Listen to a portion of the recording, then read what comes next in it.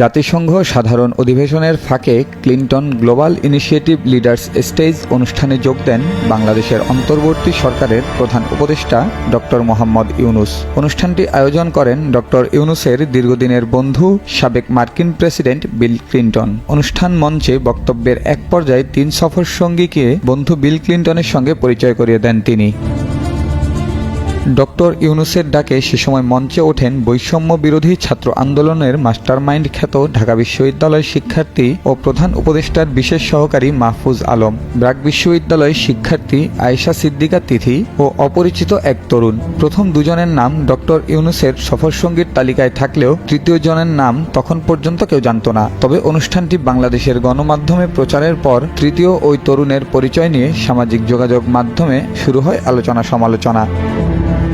তৃতীয় ওই তরুণকে আওয়ামী লীগের সঙ্গে সংশ্লিষ্ট হিসেবে দাবি করে পোস্ট দেন কেউ কেউ।